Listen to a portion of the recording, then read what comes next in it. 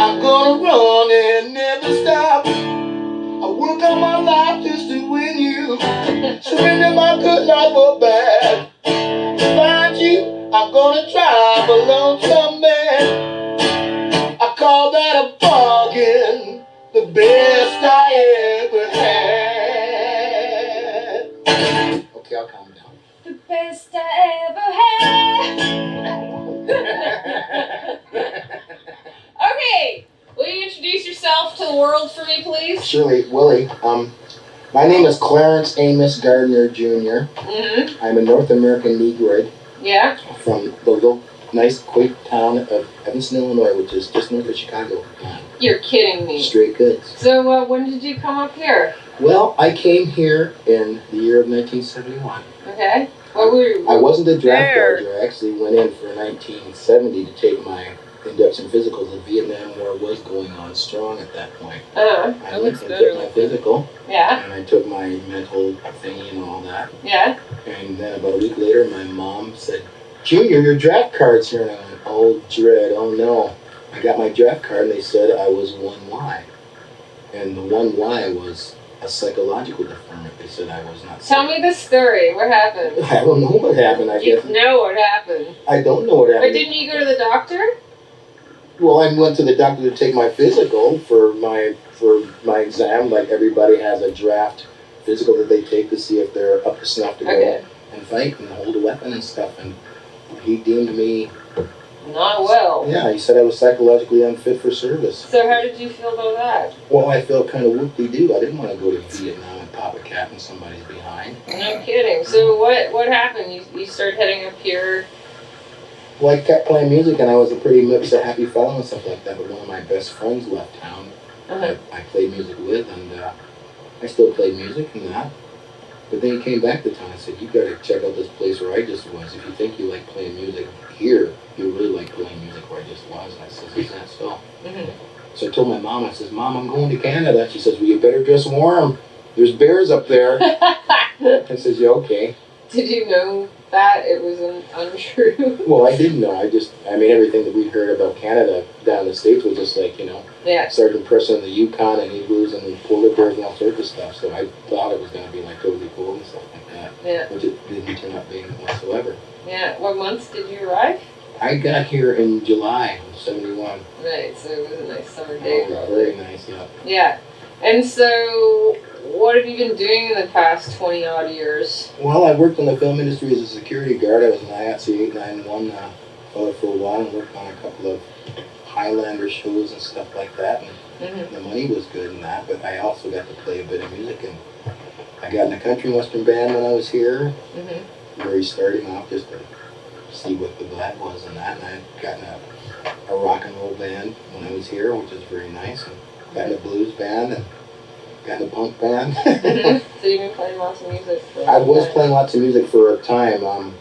There was a time, I guess, starting around in the late 80s where I stopped playing.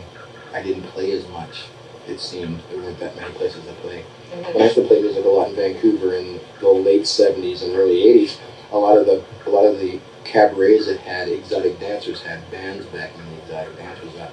So I found I did a lot of that, probably 3 or 4 years of that. And while dirty old men were sitting there looking at the gals, I was backing them up playing music, but me and the other entertainment, we were the same age, so it was just like a big joke to us. Let's turn these old guys on and stuff like that. But we played classic rock and they danced to it. It was just like what was ever on the radio at the time we'd play it.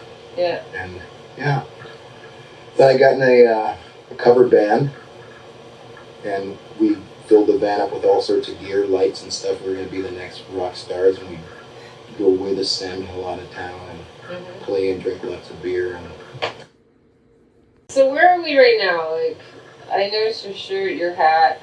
A friend of mine, the friend actually that I came here with, he did quite well for himself as far as the music business was concerned. Yeah. Well enough, in fact, that he was able to put together his own small recording studio and turn that into a large recording studio by the record sales that he's achieved and stuff. So right now I work for him, and we're sitting in his smallest of his recordings, excuse me, Let me get myself. We're sitting in the smallest stuff is engineering Right. studios, engineering booths, and yeah. And what do you do here? I sit at the front desk and I answer the phone to make sure that I can pass the message on to someone else. I smell a lot, crack jokes. What do you love the most out of anything? What do I love the most out of anything? What's your passion?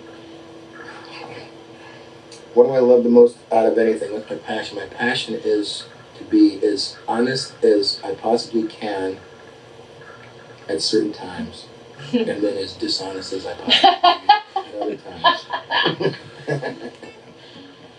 Yeah, that's a great motto. I just seen that other people do that also, so I mean, I just want to be able to be good at it and stuff like that. The first one I like doing more than the last one, and I don't know. So how old are you today? Today I turned, well not today I turned, I'm actually, I'm supposed to be, I'm torn. I can't really guess how old I am. I thought I knew. Do you know what year you were born? I do know what year I was born in. Because of that, I figured out that I was, to answer the question that you asked me earlier, how old I was, I'm 58 years old. Oh my! Are you alright, Grandpa? Yeah, I'm pretty creakety and stuff like that. What time did you say that the pen store stayed open?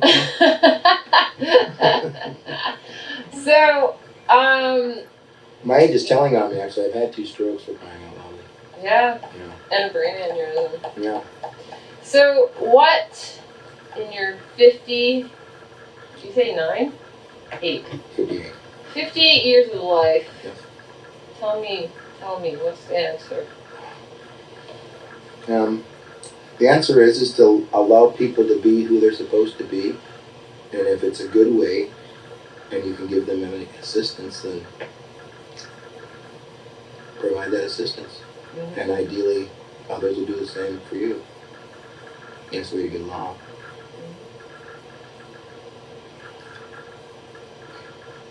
I don't believe I said that. But I must have. You did. Okay, well, I don't have any groundbreaking, shattering reservations or anything that's like that. the good stuff that you just said.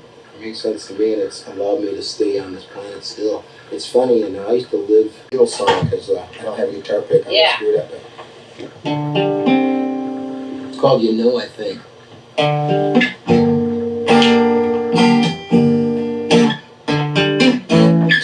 Excuse me, let me restart this again. I haven't played for a long time. Maybe I should play something else. No, that sounded good.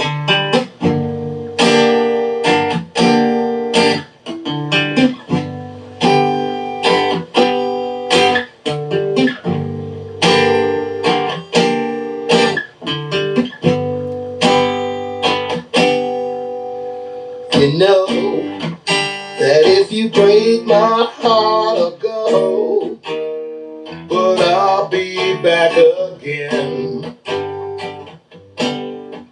This time, well, I will try to show that I'm not trying to pretend. Well, I love you so. Yes, I'm the one who wants you. Oh, you know I really want you.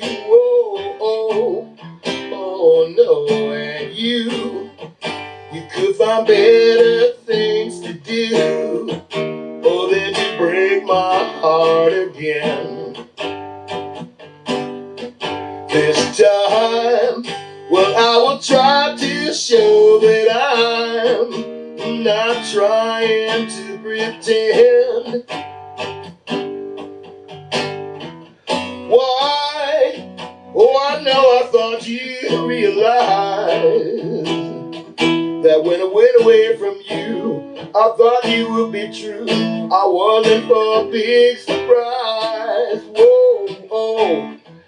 Oh no, and you could find better things to do than to break my heart again. This time, but I will will try to show that I'm not trying to pretend. Well, I love you so. Yes, I'm the one who wants you. Oh, you know I really want you. Oh, no, and you could find better things to do, or than to break my heart again. This time, well, I will try to show that I'm not trying to pretend.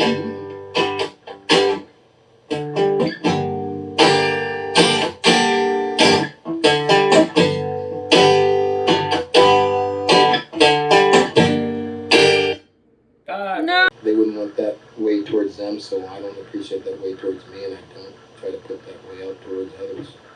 But, anyhow. Junior, you're awesome. You're awesomely bogus. Thanks for chatting with me. On a motorcycle, reefer in her mouth.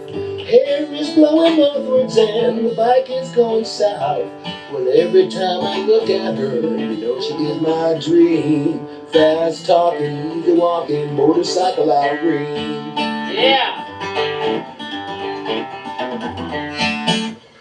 Ba-da-ba-da-da-ba-ba.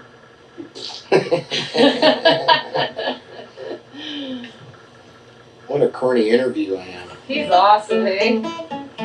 Yeah, thank